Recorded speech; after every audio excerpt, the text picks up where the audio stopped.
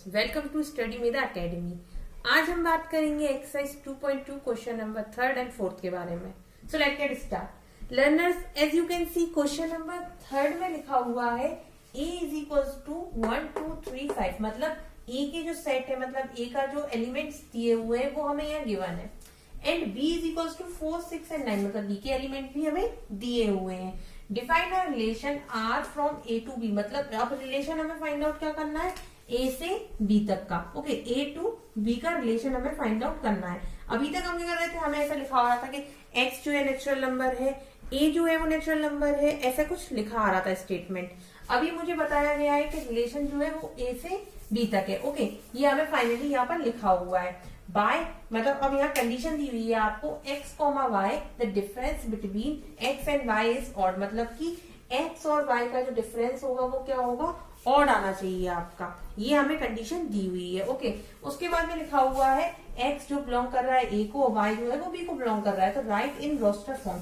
अब ये सेकेंडर फॉर्म में लिखा हुआ है, अब मुझे क्या करना है, रोस्टर फॉर्म में इसको लिखना है। तो सबसे पहले लर्नर्स हम एक एरो डायग्राम बनाएंगे। ठीक है, तो सबसे पहले हम एक एरो डायग्राम बनाते हैं। यहाँ पर ये देखिए, एरो डायग्राम बनाऊंगी मैं, और एरो डायग्राम में यहाँ दिया हुआ है आपको ए के एलिमेंट, तो पहले ए लिख दूंगी, यहाँ मैं बी लिख दूंगी, यहाँ एलिमेंट डालूंगी 1 2 3 एंड 5। सिमिलरली यहाँ एलिमेंट दिए हुए 4 6 और 9, ये एलिमेंट दिए हुए हैं।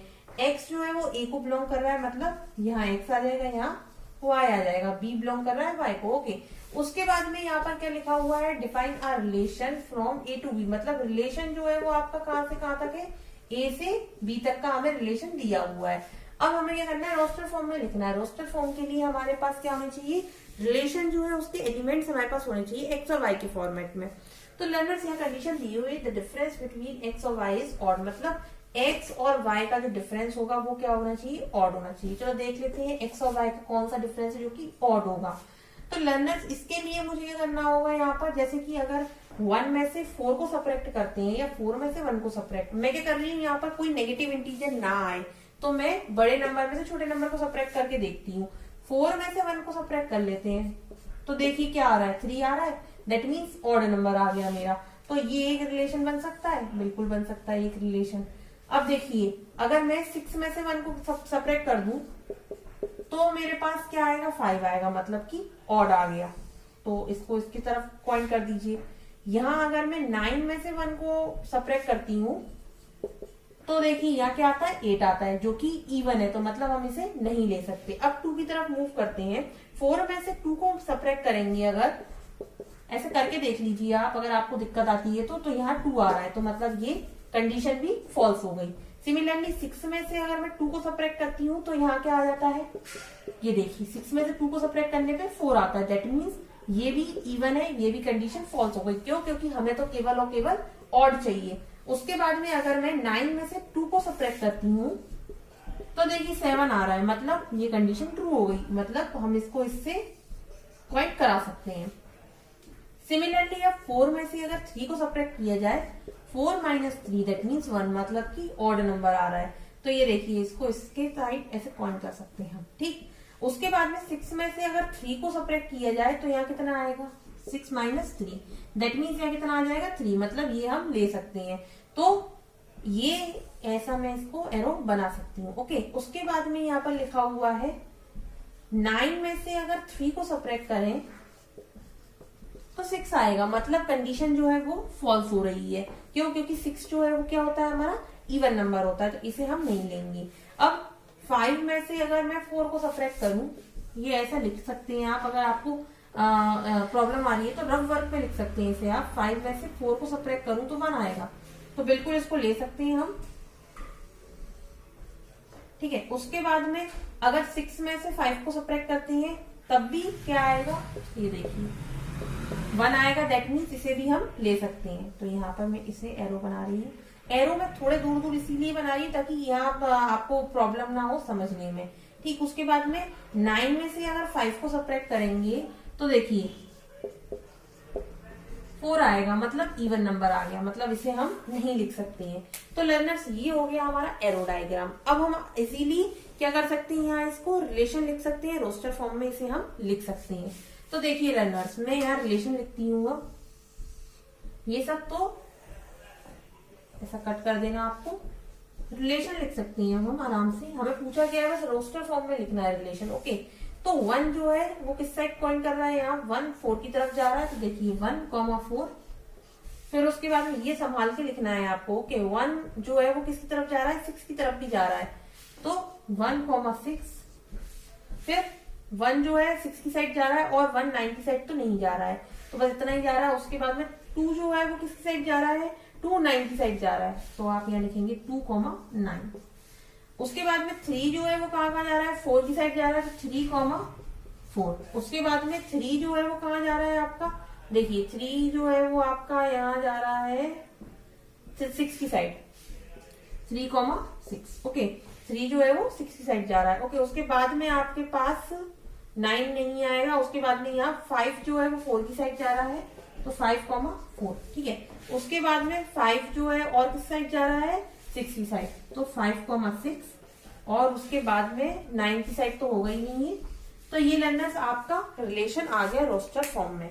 तो लर्नर ये था all about question number 3। Question number 3 में आपको सिंपली बस क्या करना था, रिलेशन लिखना था रोस्टर फॉर्म में। तो ये था रिलेशन लिखना रोस्टर फॉर्म में किस तरह से लिखा जाता है। तो लर्नर्स बहुत इजी क्वेश्चन है।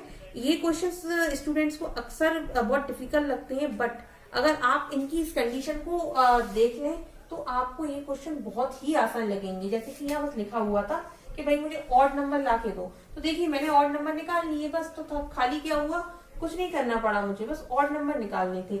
ये लर्नर्स रफ वर्क है, इसे आप प्लीज कॉपी पे ना कर दें। ये रफ वर्क है, ये मैंने केवल आपको करके दिखाया है कि किस तरह से करना था। ओके, ऐसा जरूरी नहीं है कि मैं यहाँ पॉजिटिव ही नंबर ले रही हूँ, आप नेगेटिव नंबर भी ले सकते हैं, it's up to you. Okay, तो ये था all about question number 3। Now moving toward Now learners question number 4. The figure shows a relationship between the set P and Q. Write down the relation. यहाँ हमें एक figure दिया हुआ है जिसमें कि P से Q तक रिलेशन हमें दिया हुआ है। ओके, इस तरह से कुछ दिया हुआ है। अब यहाँ क्या लिखना है, यहाँ पर इन अ सेट बिल्डर फॉर्म, मतलब पहले आपको इसे सेट बिल्डर फॉर्म में बनाना है, फिर रोस्टर फॉर्म में बनाना है। पर यहाँ पर आपको कंडीशन जो है वो नहीं दी हुई है। कंडीशन जो है वो हमें खुद बिल्ड करनी है।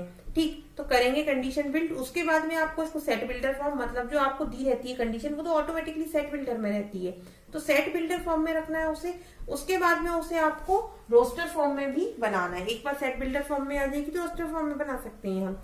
उसके बाद में दिया हुआ है कि डोमेन और रेंज भी निकालना है।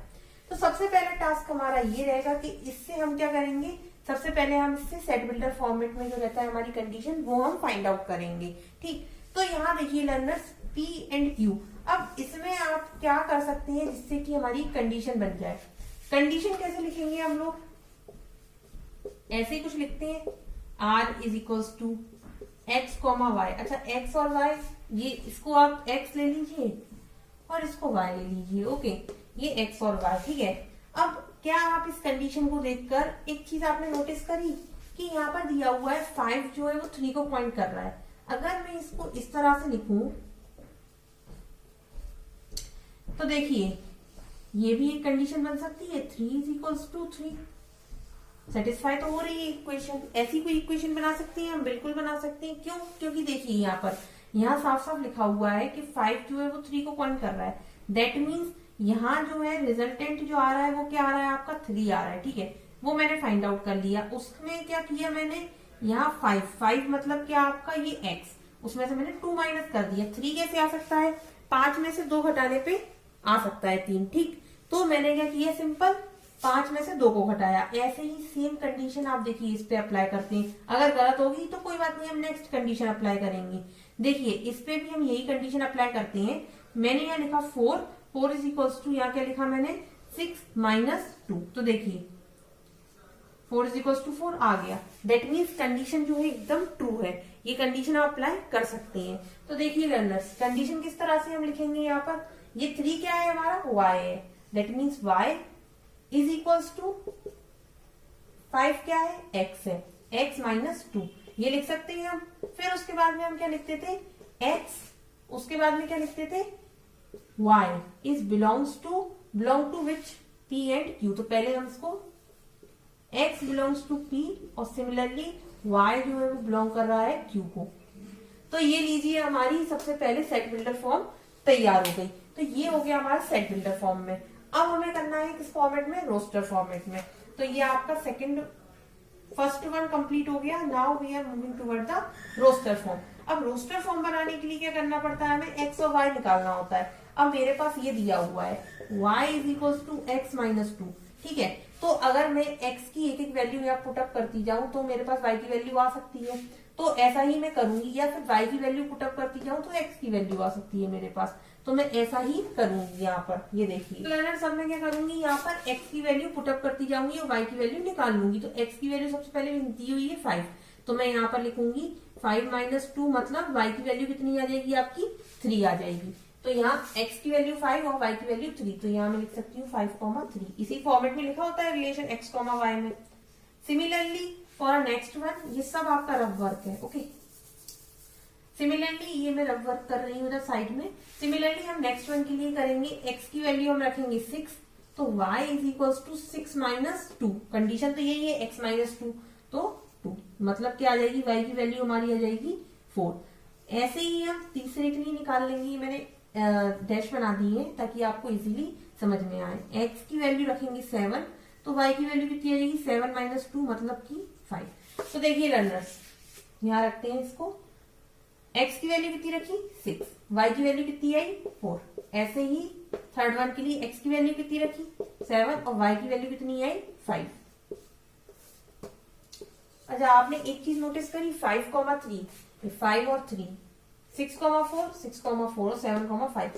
तो ये तो हम यहीं से डायरेक्टली निकाल सकते थे। इस तरह से करो या इस तरह से करो, मतलब कंडीशन एकदम ट्रू है हमारी। और जो हमने कंडीशन लिखी साथ ही साथ में हम यहाँ से भी डायरेक्टली इसको फाइंड आउट कर सकते थे, ठीक। तो अल्टीमेटली हमारे पास रोस्टर फॉर्म भी आ गई, सेट बिल्डर फॉर्म भी आ गई। अब हम डोमेन और रेंज आराम से निकाल सकते हैं। सबसे पहले डोमेन निकालेंगे हम। डोमेन का मतलब मैंने आपको बताया था कि जहां से एरो जाता है। अब यहाँ तो एरो नहीं है, बट एक्स की जो वैल्यू है वो हमारा क्या होगा, डोमेन होगा।